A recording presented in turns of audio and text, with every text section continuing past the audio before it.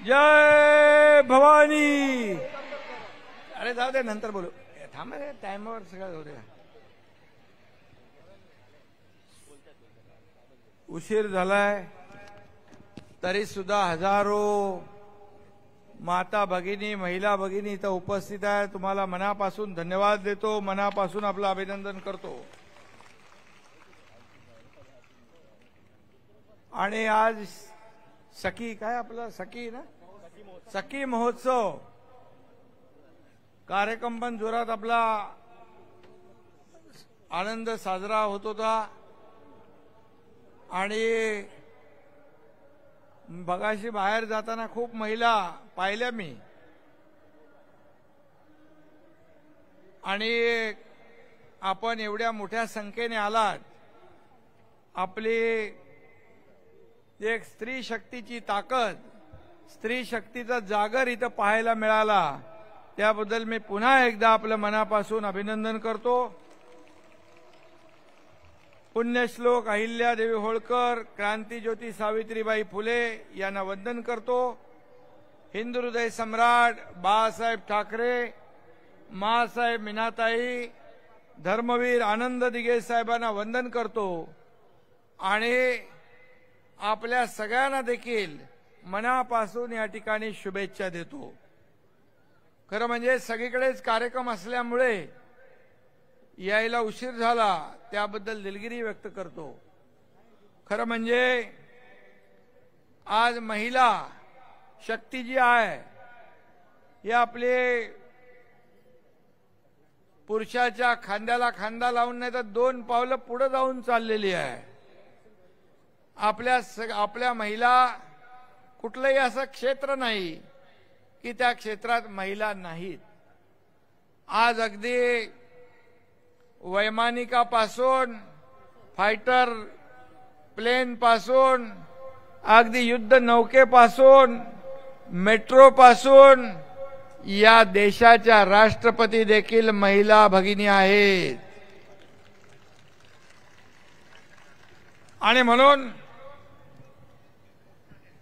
बाळासाहेब म्हणायचे, महिला आघाडी शिवसेनेची रणरागिणी आहे।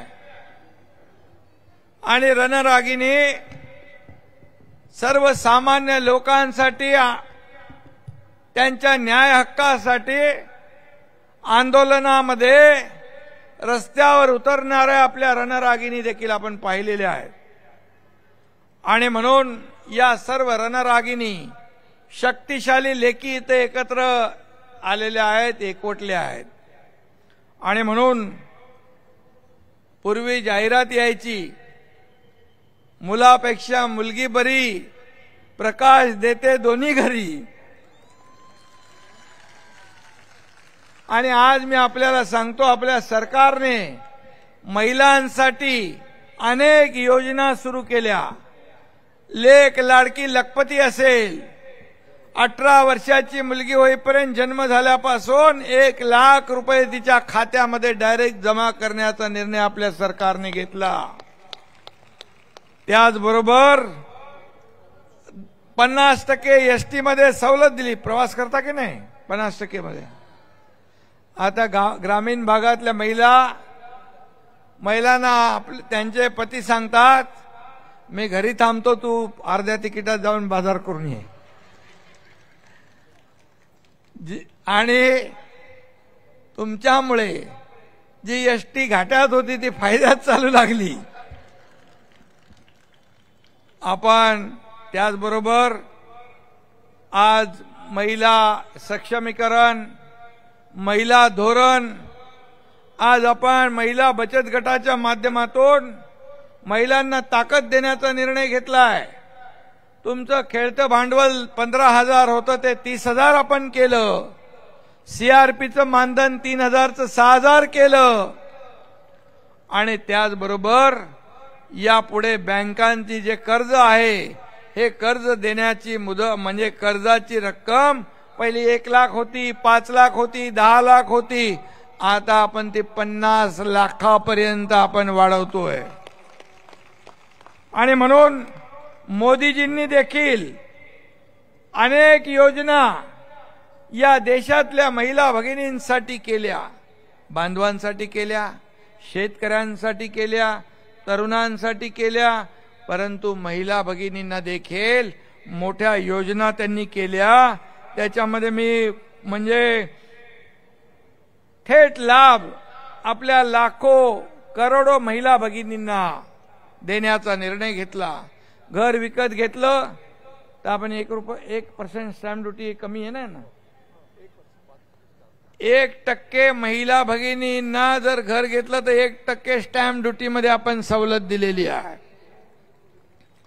त्याचबरोबर आज आपण पाहिलं तर मुख्यमंत्री वयोश्री योजनेचा लाभ देखील आपल्या महिलांना मिळतो. आम्ही 10 शहरात 5,000 महिलांना पिंक रिक्षा देण्याचा निर्णय घेतला. त्याचबरोबर मग उज्ज्वला योजना असेल, जनधन योजना असेल, बेटी बचाओ बेटी पढाओ असेल, लखपती दीदी असेल, ड्रोन दीदी असेल, असे अनेक निर्णय केंद्र आणि राज्य सरकारने घेतले.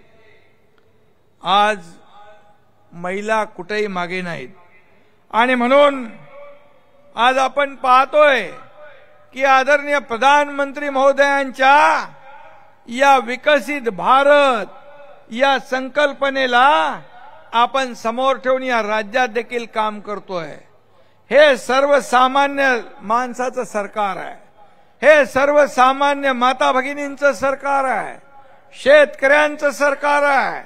कष्टकऱ्यांचं सरकार आहे. कामगारांचं सरकार आहे. तरुणांचं सरकार आहे. मुख्यमंत्री स्वयंरोजगार योजना, स्टार्टअप असेल, स्किल डेव्हलपमेंट असेल, या माध्यमातून तरुणांना देखील रोजगार देणारं हे सरकार आहे. ज्येष्ठांचा सन्मान करणारं हे सरकार आहे. 60 वर्षावरच्या लोकांना 50% एसटी मध्ये सवलत आहे ना. 60 नाही 75 फ्री आहे. 75 वाल्यांना फ्री आणि ठाण्यामध्ये 60 वाल्यांना पण फ्री. ठाणा आपला आहे. ठाणेकरांनी मला मुख्यमंत्री केलं आहे. महिलांना पण फ्री केलंय. टीएमटी महिलांना पण फ्री. चला.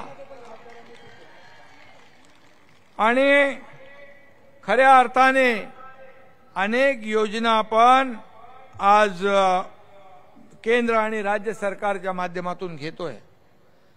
मोदी साहेबांनी पहिला निर्णय नवीन संसद भवनामध्ये कुठला घेतला असेल तर महिलांना आरक्षण देण्याचा सरकारने निर्णय केंद्र सरकारने नवीन संसदेत घेतला. म्हणजे महिलांना एक शक्तिशाली बनवण्याचा निर्णय खरं म्हणजे घेणारं हे केंद्र आणि राज्य सरकार आहे. आणि म्हणून आज आपण महिला सुरक्षा अभियान राबवतोय. काही लोक महिलांची टिंगल करतायत. महिलांना आता काल परवा काही कोणीतरी म्हटलं ना ते अमरावतीला महिलांना अपशब्द वापरण्याचं काम ज्यांनी केलंय.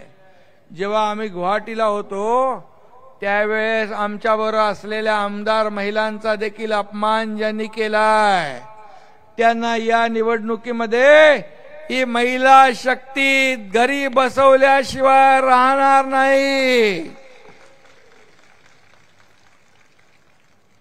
खरं म्हणजे छत्रपती शिवाजी महाराजांनी कल्याणच्या सुभेदाराच्या सुनेला देखील साडी चोळी करून अगदी आदराने सन्मानाने परत पाठवलं.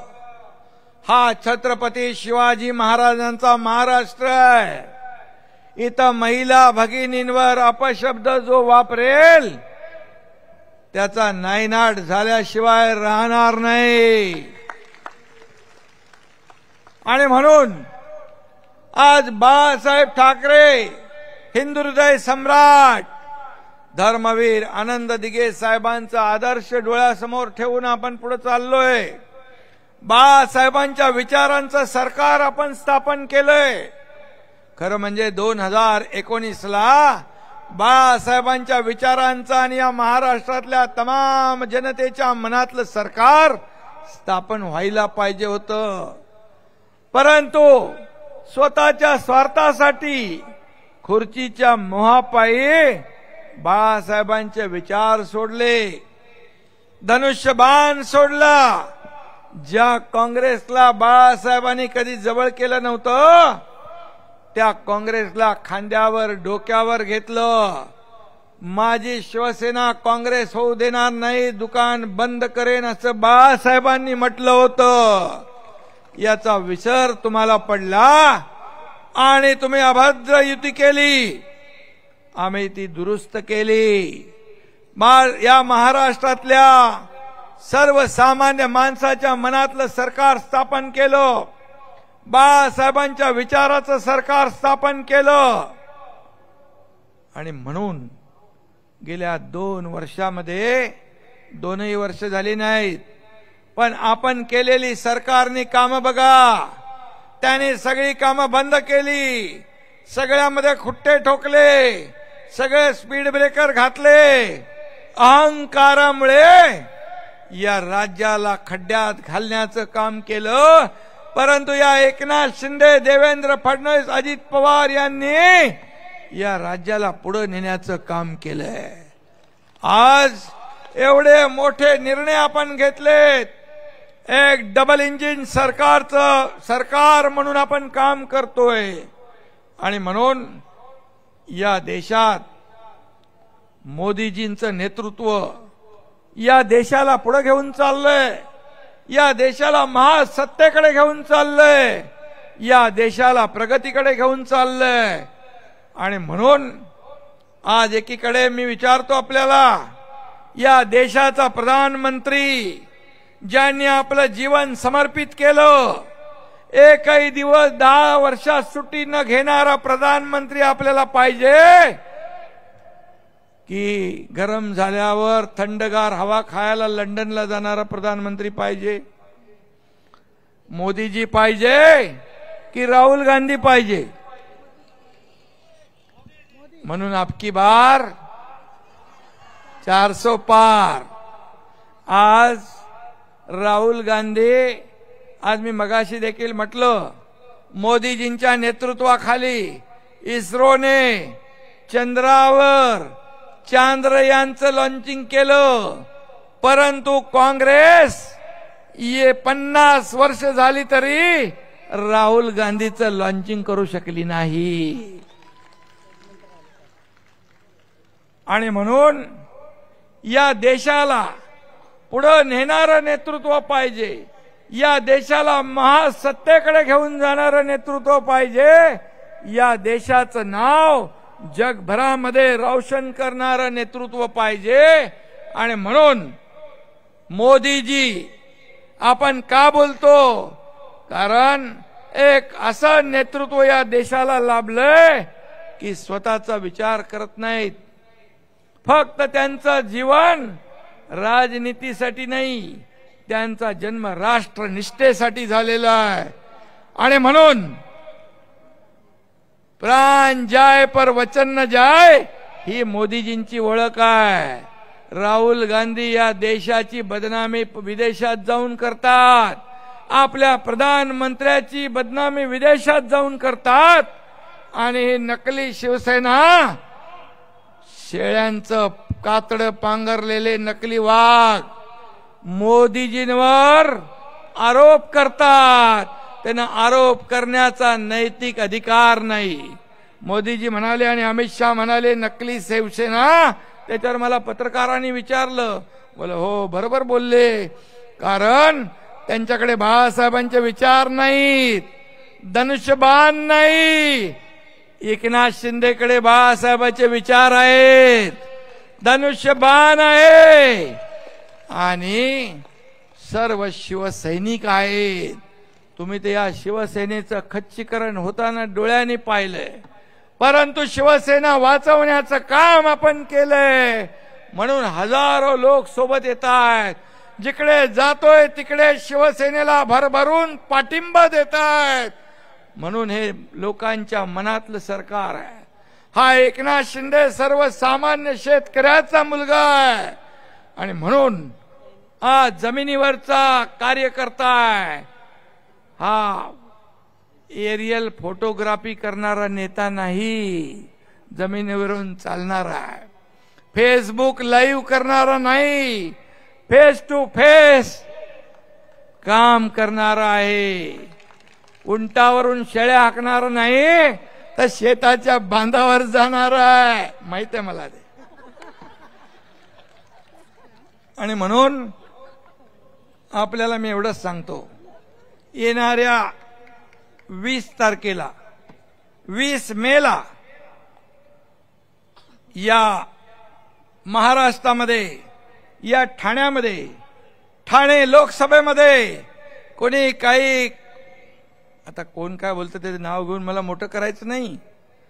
त्यांचं जेव्हा काम करत नव्हते कार्यकर्ते तेव्हा मी सांगितलं, मी उमेदवार आहे म्हणून काम करा, तेव्हा तुम्ही निवडून आलात. आणि म्हणून धर्मवीर आनंद दिघे साहेबांच्या ठाण्यात महायुतीचाच उमेदवार विजयी होईल. एकनाथ शिंदे आगे बढ़ो, शिवसेना.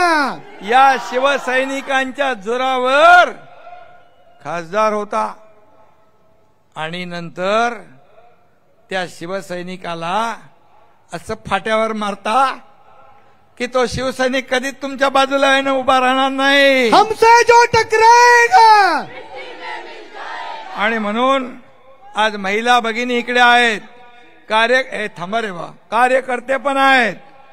मी एवढंच सांगतो, हे शिवसैनिक, याच महिला शिवसैनिक, हे माझे बांधव शिवसैनिक, आमदार, खासदार, नगरसेवक, मुख्यमंत्री, मंत्री सगळे निवडून आणतात आणि हा माझा उमेदवार आहे, याला मतदान करा म्हणून विनंती करतात. त्यांची एवढीच अपेक्षा असते. निवडून आल्यानंतर मात्र आपल्या लोकप्रतिनिधींनी, आमदार, खासदार, महापौर, नगरसेवक, अगदी माझ्या सकट जेव्हा माझा कार्यकर्ता अडचणीत असेल तेव्हा मात्र त्याचं हॉस्पिटलचं काम असेल, पोलीस स्टेशनचं असेल, कोर्टाचं असेल, परिवाराचं असेल, तेव्हा मात्र त्याच्या संकटात उभं राहणं हे आपलं कर्तव्य आहे. आणि म्हणून आपल्याला मी पुन्हा भेटेन नंतर, तेव्हा सविस्तर बोलेन. आता अजून 3 मिनिटं बाकी आहे. त्यामुळे अरे माझं घड्याळ मी बघणार ना, तुमचं कशाला बघू.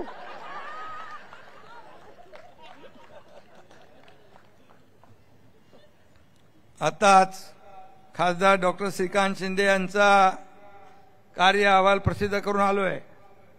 10 वर्षात कल्याण लोकसभेचा कायापालट करणारा खासदार त्यांना भेटला. मला अभिमान वाटला. मी आज मुख्यमंत्री म्हणून पण आणि या राज्याचा नाही, आपल्या बाळासाहेबांच्या शिवसेनेचा मुख्य नेता म्हणून पण आणि खासदार डॉक्टर श्रीकांत शिंदेचा पिता म्हणून पण खूप खुश आहे. कारण 10 वर्षात त्याने एक त्याची ओळख निर्माण केली. असं काम करण्याची आवश्यकता आहे. मी कधी त्याचं भरभरून कौतुक करू शकलो नाही, कारण मला मर्यादा यायच्या. पण आज त्यांनी कामच एवढं केलंय की मला कंजूसी केलीच नाही मी तिकडे. आणि म्हणून आपल्याला मी एवढंच सांगतो की येणाऱ्या या लोकसभेच्या निवडणुकीमध्ये मोदी साहेबांना आपल्याला पुन्हा प्रधानमंत्री करायचंय. तुमचं एक मत, तुमचं धनुष्यबाणाला मत म्हणजे मोदी साहेबांना मत. एवढं लक्षात ठेवा. महायुतीला मत म्हणजे मोदी साहेबांना मत. त्यामुळे काही लोक आले, कुठे फिरले, काय फिरले, किती फिरले, सगळं माझ्याकडे आहे. आणि त्यामुळे येणाऱ्या निवडणुकीमध्ये जिथं जिथं आपण असाल तिथं इथं फक्त महायुती महायुती महायुतीच जिंकली पाहिजे. तुम्हाला खुशखबर मी देतो आनंदाची. जे आपलं पहिल्या फेज मध्ये जे मतदान झालं 5 जागांचं विदर्भातल्या, त्या 5च्या 5 जागा महायुती जिंकते. आणि म्हणून अब की बार 400 पार मोदीजींचा नारा आहे तो. आणि आपला महाराष्ट्राचा अब की बार 45 पार. आणि म्हणून पुन्हा एकदा मनापासून आपल्याला सगळ्यांना शुभेच्छा. 9:59 झालेली आहेत. आपल्या सगळ्यांना खूप खूप शुभेच्छा. धन्यवाद. जय हिंद, जय महाराष्ट्र, जय श्रीराम, जय जय श्रीराम.